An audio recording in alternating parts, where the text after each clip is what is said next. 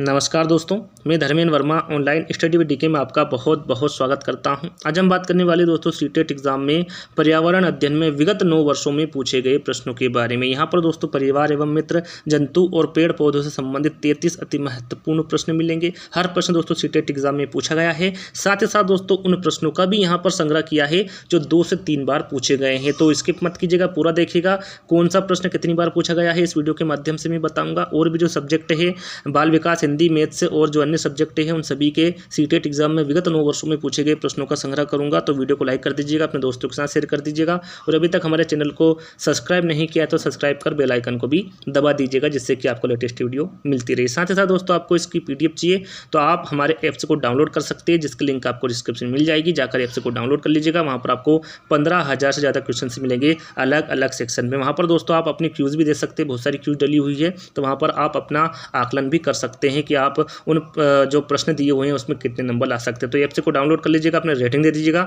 और अपना सुझाव जरूर दीजिएगा कमेंट्स के माध्यम से कि वहाँ ऐप्स आपको कैसा लगा। तो चलिए शुरू करते हैं। आज का पहला प्रश्न है, आमतौर पर यह माना जाता है कि रात में जागने वाले जानवर हर चीज को जिस रंग से देखते हैं वह रंग कौन सा है? काला और सफ़ेद है, बैगनी और नीला है, हरा और पीला है या फिर नारंगी और लाल है? जहाँ तक मुझे लगता है इसका आंसर आप सभी को पता होगा। काफ़ी बार इस प्रश्न को आपने पढ़ा होगा क्योंकि यहाँ प्रश्न 3 बार पूछा जा चुका है। जी हाँ दोस्तों, यहाँ प्रश्न 2013, 2014 और 2019 ये 3 बार रिपीट हुआ है। मोस्ट इंपॉर्टेंट प्रश्न है।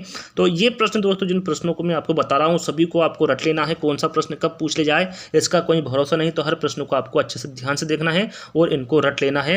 और जब भी आपको मौका मिले तो हमारे ऐप्स के माध्यम से इन प्रश्नों को दोबारा भी आप पढ़ सकते हैं। तो यहाँ पर हमारा राइट आंसर होगा काला और सफ़ेद। आमतौर पर यह माना जाता है कि रात में जागने वाले जानवर हर चीज को जिस रंग में देखते हैं वे रंग काला और सफ़ेद है। तो यहाँ पर हमारा जो राइट आंसर होगा वो पहला वाला रहेगा।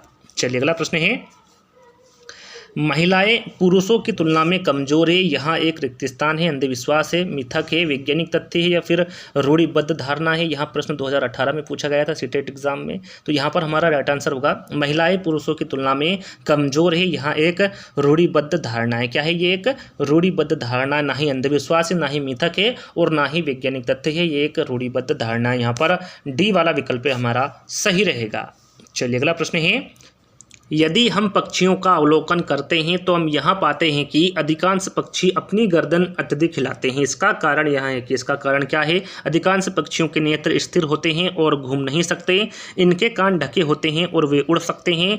पक्षियों के 2 नेत्र या फिर 2 आँख होते हैं या फिर इनके नेत्र 2 भिन्न वस्तुओं को एक ही समय पर फोकस कर सकते हैं। तो यहाँ पर हमारा राइट आंसर होगा इसका कारण यह है कि अधिकांश पक्षियों के नेत्र स्थिर होते हैं और वो घूम नहीं सकते। इसलिए हम यहाँ पाते हैं कि अधिकांश पक्षी अपनी गर्दन अत्यधिक हिलाते हैं। तो यहाँ पर हमारा जो राइट आंसर होगा वो पहला वाला रहेगा। चलिए अगला प्रश्न है, निम्नलिखित में से कौन सी विशेषता बरगद के पेड़ की जड़ों की नहीं है? यदि आपने हमारे पुराने वीडियो देखे होंगे तो उसमें यहाँ प्रश्नों को लिया गया है और भी 2-3 प्रश्न हैं जिनको उन वीडियो में लिया गया है। तो यहाँ पर आपको आंसर पता होगा यदि आपने उन वीडियो को देखा होगा। तो यहाँ हमारा राइट आंसर होगा 4 विकल्पों में से जो बरगद के पेड़ की जड़ों की विशेषता नहीं है वो जड़ें भोजन का भंडारण नहीं करती है। याद रखिएगा, जो जड़ें होती हैं वो भोजन का भंडारण नहीं करती हैं, इसलिए ये बरगद के पेड़ की जड़ों की विशेषता नहीं है। तो यहाँ पर हमारा जो राइट आंसर होगा वो सी वाला रहेगा। चलिए अगला प्रश्न है, निम्नलिखित में से कौन सा कीट मधुमक्खियों की भांति कॉलोनी या फिर बस्ती में एक साथ नहीं रहता? ततैया है, चींटी है, दीमक है या फिर मकड़ी है? तो यहाँ पर हमारा राइट आंसर होगा मकड़ी। 4 विकल्पों में से मकड़ी जो है दोस्तों ये मधुमक्खियों की भांति कॉलोनी या फिर बस्ती में एक साथ नहीं रहता है। तो यहाँ पर हमारा जो राइट आंसर होगा वो डी वाला रहेगा। चलिए अगला प्रश्न है, निम्नलिखित में से किसकी सुनने की शक्ति इतनी तीक्ष्ण होती है कि वह वायु से पत्तों के हिलने की ध्वनि और घास पर किसी जानवर के चलने की ध्वनि में अंतर कर सकता है? वो कौन सा जानवर है? बाघ है, गिद्ध है, रेशम का कीड़ा है या फिर कुत्ता है? तो यहाँ पर हमारा राइट आंसर होगा वह गिद्ध है। जो सुनने की शक्ति जो गिद्ध है दोस्तों इसकी सुनने की शक्ति इतनी तीक्ष्ण होती है कि वह वायु से पत्तों के हिलने की ध्वनि और घास पर किसी जानवर के चलने की ध्वनि में अंतर कर सकता है गिद्ध। तो यहाँ पर हमारा जो राइट आंसर होगा वो बी वाला रहेगा। चलिए अगला प्रश्न है, जब कोई व्यक्ति ट्रेन द्वारा अहमदाबाद से केरल की यात्रा करता है तब वहां अनेक सुरंगों को पार करता है। ये सुरंगें रेगिस्तान पर्वतों में है, विंध्याचल, अरावली, पश्चिमी घाट या फिर पूर्वी घाट। तो यहाँ पर हमारा राइट आंसर होगा ये सुरंगें पश्चिमी घाट पर्वतों में है। यहाँ पर हमारा जो राइट आंसर होगा वो सी वाला रहेगा। चलिए अगला प्रश्न है, बगुला भैंस पर बैठता है क्योंकि बगुला तथा भैंस में सहजीवी का संबंध है। बगुला मनोरंजन के लिए भैंस पर बैठता है। भैंस बगुले को एक स्थान से दूसरे स्थान तक आने जाने में मदद करती, या फिर बगुला भैंस को डराना चाहता है। तो यहाँ पर हमारा राइट आंसर होगा जो बगुला भैंस पर बैठता है क्योंकि बगुला तथा भैंस में सहजीवी का संबंध होता है। तो यहाँ पर हमारा जो राइट आंसर होगा वो पहला वाला रहेगा।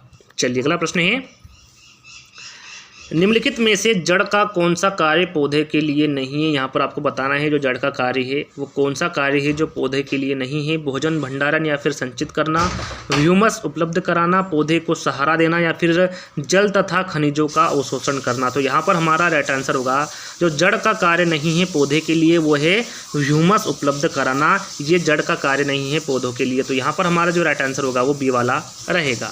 चलिए अगला प्रश्न है, परिवार एक इकाई होता है जिसमें माँ, पिता और उनके 2 बच्चे होते हैं। यह कथन सही नहीं है क्योंकि इस कथन में यह स्पष्ट करना चाहिए कि बच्चे जैविक होते हैं। सही नहीं है क्योंकि परिवार कई प्रकार के होते हैं तथा परिवार का केवल एक ही प्रकार में वर्गीकरण नहीं किया जा सकता। सत्य है क्योंकि यह किसी आदर्श परिवार का आकार है, या फिर सत्य है क्योंकि सभी भारतीय परिवार इसी प्रकार के होते हैं। तो यहाँ पर हमारा राइट आंसर होगा परिवार एक इकाई होता है जिसमें माँ, पिता और उनके 2 बच्चे होते हैं। यहाँ कथन सही नहीं है क्योंकि परिवार कई प्रकार के होते हैं। परिवार कई प्रकार के होते हैं, एक प्रकार का नहीं होता परिवार, तथा परिवार का केवल एक ही प्रकार में वर्गीकरण नहीं किया जा सकता। यह कथन सही नहीं क्योंकि परिवार एक इकाई होता है जिसमें माँ, पिता और उनके 2 बच्चे होते हैं। ऐसा परिवार एकल परिवार होता है जिसमें माँ, पिता और उसके जो अविवाहित बच्चे होते हैं वो होते हैं, तो वो एकल परिवार होता है। और जिसमें माँ, पिता, बच्चे, दादा, दादी और जो और भी दोस्तों जो परिवार के सदस्य होते हैं उसको हम कौन सा परिवार कहते हैं? संयुक्त परिवार कहते हैं। देखिए परिवार 2 प्रकार के होते हैं, मुख्य जो परिवार होते हैं 2 प्रकार के होते हैं, एकांकी परिवार और संयुक्त परिवार। एकांकी परिवार में कौन आता है? माता पिता और अविवाहित बच्चे उनके, वो एकांकी परिवार होता है। और संयुक्त परिवार वहाँ परिवार होता है जिसमें दादा दादी, माता पिता, उनके बच्चे और भी जो परिवार के सदस्य होते हैं वो सभी एकत्रित रहते हैं, उसे हम संयुक्त परिवार की श्रेणी में लाते हैं और उन्हें ही संयुक्त परिवार कहते हैं। तो यहाँ पर हमारा जो राइट आंसर होगा वो बी वाला रहेगा। चलिए अगला प्रश्न है, निम्नलिखित में से कौन सा पक्षी कैक्टस पौधे के कांटों के बीच अपना घोंसला बनाता है? शकरखोरा है, बया है, कलचिड़ी है, या फिर फाख्ता है? तो यहाँ पर हमारा राइट आंसर होगा वहाँ पक्षी फाख्ता है। फाख्ता पक्षी कैक्टस पौधे के कांटों के बीच अपना घोंसला बनाता है। तो यहाँ पर हमारा जो राइट आंसर होगा वो डी वाला रहेगा। चलिए अगला प्रश्न है, किसी पशु के विषय में नीचे दिए गए विवरण को पढ़िए और उस पशु को पहचानिए। यहाँ पर आपको विवरण देखकर ही बताना है कि वहाँ कौन सा पशु है। यहाँ भालू जैसा दिखता है परंतु भालू नहीं है। यहाँ दिन के लगभग 17 घंटे वृक्षों की शाखाओं से उल्टे लटक कर सोता है। यहाँ जिस वृक्ष पर रहता है उसी की पत्तियाँ खाता है और यहाँ लगभग 40 वर्षों तक जीवित रहता है। आपको दिए गए विवरण के अनुसार ही बताना है कि यहाँ कौन सा पशु है। लंगूर है, चिंपांजी है, पेंडा है या फिर स्लाथ है? तो यहाँ पर हमारा राइट आंसर होगा यहाँ पशु स्लाथ है। यहाँ पर डी वाला विकल्प हमारा सही रहेगा। याद रखिएगा ये भालू जैसा दिखता है पर भालू नहीं होता स्लाथ। यहाँ पर डी वाला विकल्प हमारा सही रहेगा।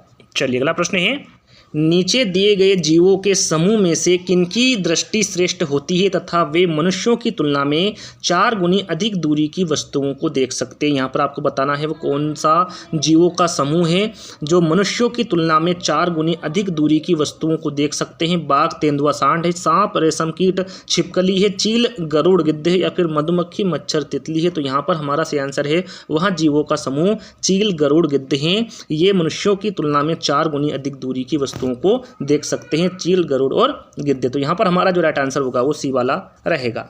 चलिए अगला प्रश्न है, पशुओं की त्वचा पर विविध पैटर्न या फिर डिजाइन होती है उस जलवायु के कारण होते हैं जिसमें वे रहते हैं, उनकी शारीरिक शक्ति को इंगित करते हैं, परावर्तित प्रकाश के कारण होते हैं या फिर उनकी त्वचा पर बालों के कारण होते हैं? यहाँ पर आपको बताना है जो पशुओं की त्वचा पर विविध पैटर्न या फिर डिजाइन होते हैं वो किस कारण होते हैं? तो यहाँ पर हमारा राइट आंसर होगा वो उनकी त्वचा पर बालों के कारण होते हैं। तो यहाँ पर हमारा जो राइट आंसर होगा वो डी वाला रहेगा। चलिए अगला प्रश्न है, जो व्यक्ति जंगल में कम से कम 25 वर्षों से रह रहे हैं उनका उस जंगम भूमि पर और उसमें पैदा होने वाली वस्तुओं पर अधिकार है। यहाँ जनादेश किसके द्वारा दिया गया, यहाँ पर आपको बताना है जो है जनादेश है ये किसके द्वारा दिया गया। संविधान आदेश विधेयक 2012, भारतीय जंगल अधिनियम 1927, जंगल अधिकार अधिनियम 2007 या फिर भूमि अधिग्रहण अधिनियम 1994। तो यहाँ पर हमारा राइट आंसर है यहाँ जनादेश जंगल अधिकार अधिनियम 2007 द्वारा दिया गया है। तो यहाँ पर हमारा जो राइट आंसर होगा वो सी वाला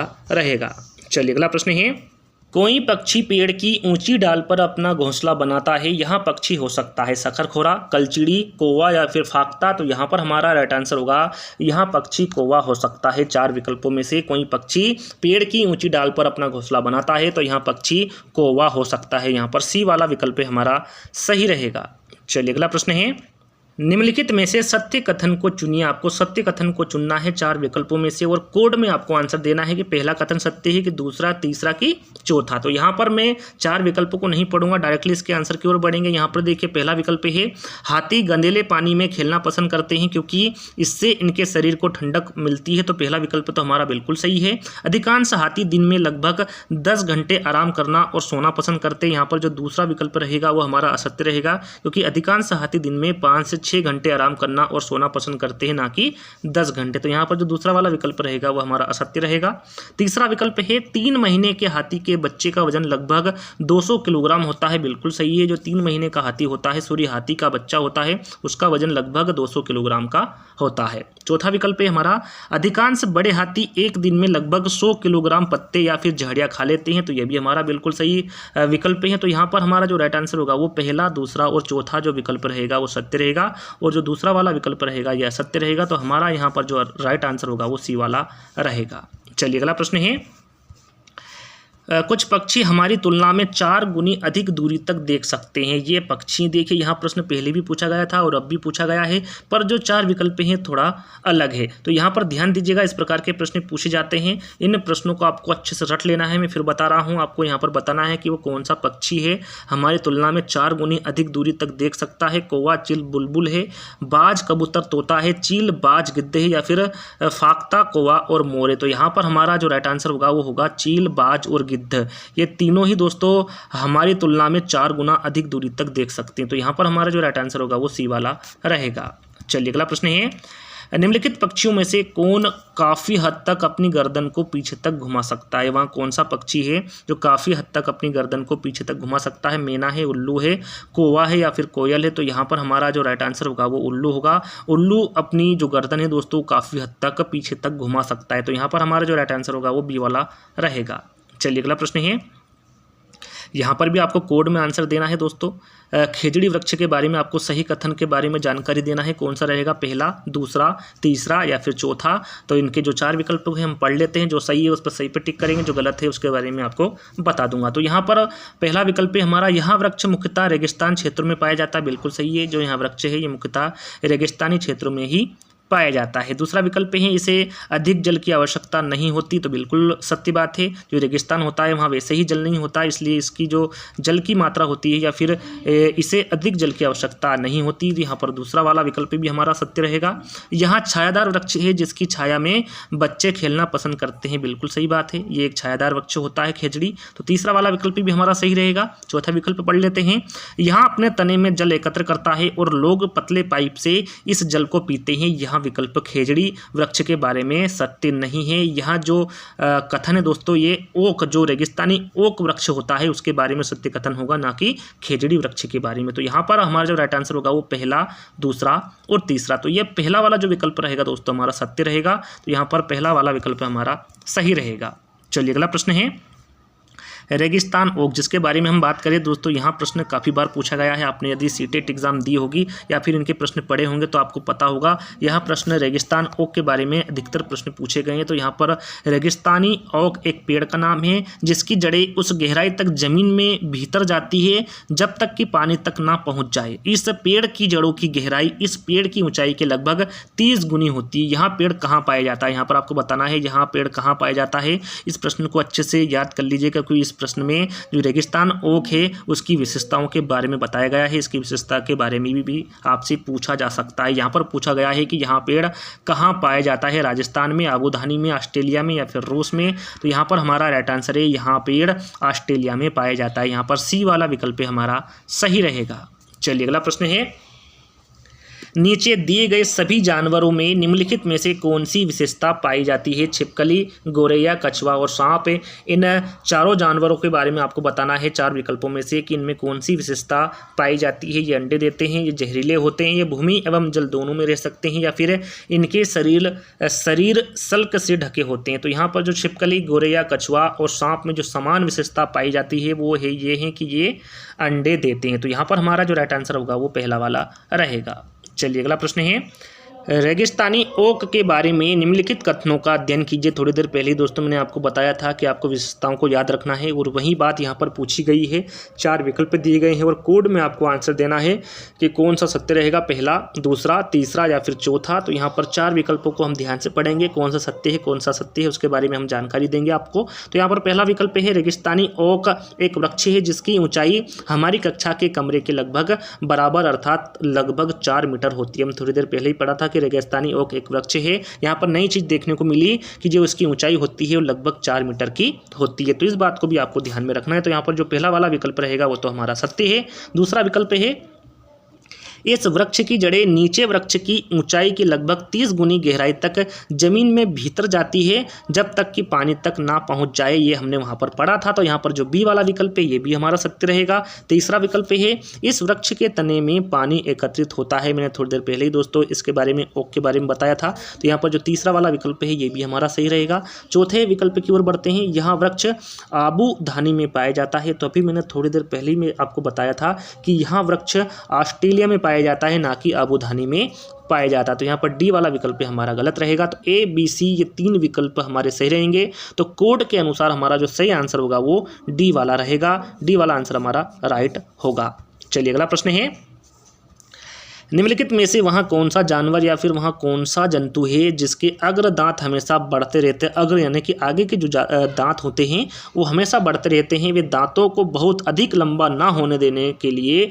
वस्तुओं को काटते हैं या फिर कुतरते रहते हैं। वहाँ कौन सा जानवर या फिर जंतु है? दीमक है, गिलहरी है, छिपकली है या फिर चूहा है। तो यहाँ पर हमारा राइट आंसर होगा वहाँ जानवर या फिर वहाँ जंतु चूहा है। यहाँ पर डी वाला विकल्प हमारा सही रहेगा। चलिए अगला प्रश्न है, भैंस की पीठ पर अक्सर बगुला या फिर ईग्रेट बोलते हैं बगुला को, यह पक्षी बैठा दिखाई देता है। ऐसा इसलिए होता है क्योंकि बगुला भैंस की पीठ पर परजीवी कीट खाता है। यहाँ प्रश्न दोस्तों थोड़ी देर पहले भी पूछा गया था। यहाँ प्रश्न मैंने आपको बताया दोस्तों इस तरीके से प्रश्न पूछे जाते हैं एग्जाम में। थोड़ा बहुत उसमें चेंजेस होता है, घुमा फिरा कर पूछ लिया जाता है पर उसका आंसर वही होता है। देखिए यहाँ पर जो चार विकल्प हैं उसको थोड़ा सा बदल दिया गया है पर प्रश्न वही है। तो आपको ध्यान से इन प्रश्नों को देखना है दोस्तों, ध्यान से इन प्रश्नों को घोंट लेना है, अच्छे से पढ़ लेना है और जब आप एग्जाम में जाएं तो आपको वहां पर यहां प्रश्न देखने को मिलेंगे। ऐसा नहीं कह रहा हूं कि 30 के 30 ही प्रश्न दोस्तों जो सीटेट एग्जाम अभी तक हुई उसी में से पूछे जा सकते हैं, ऐसा नहीं है। यहां पर दोस्तों कुछ प्रश्न एग्जाम में पूछे जाते हैं सीटेट एग्जाम में जो पिछले विगत वर्षों में पूछे गए हैं। तो यहां पर हमारा जो राइट आंसर होगा वो पहला ही रहेगा। भैंस की पीठ पर परजीवी कीट खाता है, इसलिए आपको भैंस की पीठ पर अक्सर बगुला पक्षी बैठा दिखाई देता है। और वहां पर क्या प्रश्न आया था? प्रश्न यही था, चार विकल्पों को बदल दिया गया था पर आंसर उसका यही था। यहाँ पर पहला वाला विकल्प हमारा क्या रहेगा? सही रहेगा। चलिए अगला प्रश्न है, जब एक मछली को पहले से उबले लेकिन कमरे के तापमान पर ठंडे किए गए पानी से भरे एक्वेरियम में डाला जाता है तो वह मर जाती है। ऐसा इसलिए होता है क्योंकि मछली घर या फिर एक्वेरियम का पानी मछली के तैरने के योग्य नहीं है, ऑक्सीजन रहित है, मछली द्वारा पीने के योग्य नहीं है या फिर खनिज रहित है। तो यहाँ पर हमारा राइट आंसर होगा ऐसा इसलिए होता है क्योंकि मछली घर का पानी खनिज रहित है, इसलिए मछली मर जाती है। तो यहाँ पर हमारा जो राइट आंसर होगा वो डी वाला रहेगा। चलिए अगला प्रश्न है, निम्नलिखित में से जीवन प्रक्रियाओं का कौन सा युग्म पेड़ पौधों और जीव जंतुओं दोनों से मिलता है? यहाँ पर आपको बताना है वो कौन सा जीवन प्रक्रियाओं का युग्म है जो पेड़ पौधों और जीव जंतुओं दोनों से मिलता है। वृद्धि और भोजन बनाना, प्रजनन और भोजन बनाना, प्रजनन और अंकुरण या फिर वृद्धि और प्रजनन। तो यहाँ पर हमारा राइट आंसर होगा वृद्धि और प्रजनन। यह जो जीवन प्रक्रिया है दोस्तों ये पेड़ पौधों में भी होता है और जीव जंतुओं में भी होता है, इसलिए दोनों में मिलता है वृद्धि और प्रजनन। तो यहाँ पर हमारा जो राइट आंसर होगा वो डी वाला रहेगा। चलिए अगला प्रश्न है, रात में जागने वाले जानवर हर चीज़ को किस रंग में देख सकते हैं। मैंने आपको शुरू में ही बताया था दोस्तों कि यहाँ प्रश्न 2013, 14 और 19 में पूछा गया प्रश्न है। थोड़ा सा चेंजेस है, 4 विकल्प वैसे की वैसे ही हैं और आंसर भी वही है कि रात में जागने वाले जानवर हर चीज़ को केवल काली और सफ़ेद में ही देखते हैं। तो यहाँ पर हमारा जो राइट आंसर होगा वो सी वाला रहेगा। यहाँ पर मैं पहले ही इसका आंसर बता चुका हूँ, तो यहाँ पर हमारा राइट आंसर सी वाला रहेगा। चलिए अगला प्रश्न है, हाथियों के झुंड के बारे में सही कथन को चुनिए। यहाँ प्रश्न पहले भी पूछा जा चुका है, मैं पहले बता चुका हूँ, पर वहाँ पर 4 विकल्प अलग थे और यहाँ पर 4 विकल्प अलग है। तो यहाँ पर 4 विकल्पों को ध्यान से पढ़ना है, उसके बाद आपको आंसर देना है। कोड में इसका आंसर देना आपको पहला सही रहेगा, दूसरा, तीसरा या फिर चौथा। तो यहाँ पर हम कथनों को पढ़ लेते हैं। पहला कथन है, हाथियों के झुंड में केवल हथनियों और 14 से 15 वर्ष के बच्चे ही रहते हैं। बिल्कुल सही है, जो हाथियों का झुंड होता है उसमें केवल हथनियों और 14 से 15 वर्ष के बच्चे ही रहते हैं। दूसरा विकल्प है, हाथियों के एक झुंड में किसी एक ही परिवार के सदस्य होते हैं। यहाँ पर जो दूसरा विकल्प है वो असत्य है, क्योंकि हाथियों के एक झुंड में किसी एक ही परिवार के सदस्य नहीं होते हैं, अन्य परिवार के सदस्य भी होते हैं। तीसरा विकल्प है, झुंड की सबसे बुजुर्ग हथनी ही पूरे झुंड की नेता होती है। बिल्कुल सही है, जो झुंड की सबसे बुजुर्ग हथनी होती है वो पूरे झुंड की नेता होती है। चौथा विकल्प है, एक झुंड में हथनियों और बच्चों की संख्या कितनी भी हो सकती है। यहाँ पर जो चौथा विकल्प रहेगा वो हमारा असत्य रहेगा, क्योंकि यहाँ पर एक झुंड में हथनियों और बच्चों की जो संख्या होती है वो सीमित रहती है, कितनी भी हो सकती है ऐसा नहीं है। तो यहाँ पर जो चौथा विकल्प रहेगा वो भी हमारा असत्य रहेगा। तो यहाँ पर पूछा गया था कि हाथियों के झुंड के बारे में सही कथन को चुनिए। तो यहाँ पर पहला और तीसरा ये दोनों ही कथन सत्य है, बाकी दूसरा और चौथा सत्य है। तो यहाँ पर हमारा जो राइट आंसर होगा वो तीसरा वाला रहेगा, सी वाला विकल्प हमारा यहाँ पर राइट आंसर होगा। चलिए अगला प्रश्न है, पंखुड़ियों के अंदर फूल के बीज में कुछ पतली पाउडर जैसी रचनाएं दिखाई देती है, जिन्हें क्या कहते हैं, वर्तिकान, परागकोश, पराग या फिर मूलांकुर। तो यहाँ पर हमारा राइट आंसर होगा, पंखुड़ियों के अंदर फूल के बीज में कुछ पतली पाउडर जैसी रचनाएं दिखाई देती है, जिन्हें पराग कहते हैं। क्या कहते हैं, जिन्हें पराग कहते हैं। यहाँ पर सी वाला विकल्प हमारा सही रहेगा। चलिए अगला प्रश्न है, नेफेंथिस एक ऐसा पौधा है जो मेंढकों, कीड़े मकोड़ों और चूहे जैसे छोटे जीवों को अपने अंदर फांस कर खा जाता है। हमारे देश में वहाँ पौधा पाया जाता है। यहाँ पर आपको बताना है यहाँ पौधा हमारे देश में कहाँ पाया जाता है। असम में, उड़ीसा में, अरुणाचल प्रदेश में या फिर मेघालय में। आप यहाँ पर देख सकते हैं, ये 2012 में और 2016 में पूछा गया प्रश्न है, 2 बार रिपीट हुआ प्रश्न है। तो इन प्रश्नों को आपको ध्यान से देखना है। तो यहाँ पर हमारे देश में यहाँ पौधा मेघालय में पाया जाता है, नेफेंथिस पौधा। याद रखिएगा, नेफेंथिस पौधा हमारे देश में मेघालय में पाया जाता है। यहाँ पर डी वाला विकल्प हमारा सही रहेगा। चलिए अगला प्रश्न है, सांपों के संदर्भ में सही कथन चुनिए। यहाँ पर आपको अब सांपों के संदर्भ में सही कथन को चुनना है। 4 विकल्प दिए गए हैं और 4 विकल्पों में से आपको कोड में आंसर देना है कि कौन सा सही रहेगा, पहला, दूसरा, तीसरा या फिर चौथा। तो यहाँ पर हम कथन की ओर बढ़ते हैं। तो यहाँ पर पहला कथन है हमारा, हमारे देश में केवल 4 तरह के जहरीले सांप पाए जाते हैं। बिल्कुल सही है। नाग या फिर कोबरा जहरीले सांपों का एक प्रकार है, ये भी बिल्कुल सही है। जहरीले सांप के 4 खोखले दांत होते हैं। जब सांप किसी व्यक्ति को काटता है तो जहर इन खोखले दांतों से उनके शरीर में चला जाता है। तो तीसरा वाला विकल्प रहेगा दोस्तों वो असत्य रहेगा। सत्य कथन किस प्रकार रहेगा दोस्तों, कमेंट्स के माध्यम से बताइएगा। यहाँ दांत में ही इसका आंसर छुपा हुआ, सरल सा है इसलिए मैं आपसे पूछ रहा हूँ। तो यहाँ पर जो सी वाला रहेगा वो असत्य रहेगा। चौथा है, सांप के काटने की दवाई सांप के जहर से ही बनाई जाती है। तो यहाँ पर जो डी वाला विकल्प रहेगा वो भी सत्य है, क्योंकि सांप के काटने की जो दवाई होती है वो सांप के जहर से ही बनाई जाती है। तो यहाँ पर सत्य कथन के बारे में पूछा गया था सांपों के संदर्भ में। तो यहाँ पर पहला, दूसरा और तीसरा यानी कि ए, बी और डी यहाँ पर सही रहेंगे। हमारा जो सी वाला विकल्प रहेगा वो असत्य रहेगा। तो इसके अनुसार हमारा जो सी वाला विकल्प रहेगा वह बिल्कुल सही रहेगा। चलिए अगला और लास्ट प्रश्न है, रेहाना अपने परिवार के साथ केरल जाती है। वहाँ उसे ऊंचे वृक्ष दिखाई पड़ते हैं जो उसके गृह नगर शिमला के ऊंचे वृक्षों से भिन्न हैं। उसने केरल में कौन से वृक्ष देखे होंगे, नारियल, सेब, लीची या फिर चीड़। सरल सा प्रश्न है, उसने केरल में नारियल के वृक्ष देखे होंगे। यहाँ पर पहला वाला विकल्प हमारा सही रहेगा। और यहीं पर हमारे जो 33 प्रश्न दोस्तों यहीं पर समाप्त होते हैं। आज का वीडियो आपको कैसा लगा कमेंट्स के माध्यम से जरूर बताइएगा। वीडियो अच्छा लगे तो अपने दोस्तों के साथ शेयर कर दीजिएगा, वीडियो को लाइक कर दीजिएगा। और अभी तक हमारे ऐप्स टेट सक्सेस को आपने डाउनलोड नहीं किया है तो लिंक डिस्क्रिप्शन में जाकर हमारे ऐप्स को डाउनलोड कर लीजिएगा, रेटिंग दे दीजिएगा और अपना सुझाव जरूर दीजिएगा कमेंट्स के माध्यम से कि वहाँ ऐप्स आपको कैसा लगा। तो जल्दी दोस्तों एक नई वीडियो के साथ मिलते हैं, जब तक के लिए धन्यवाद। जय हिंद।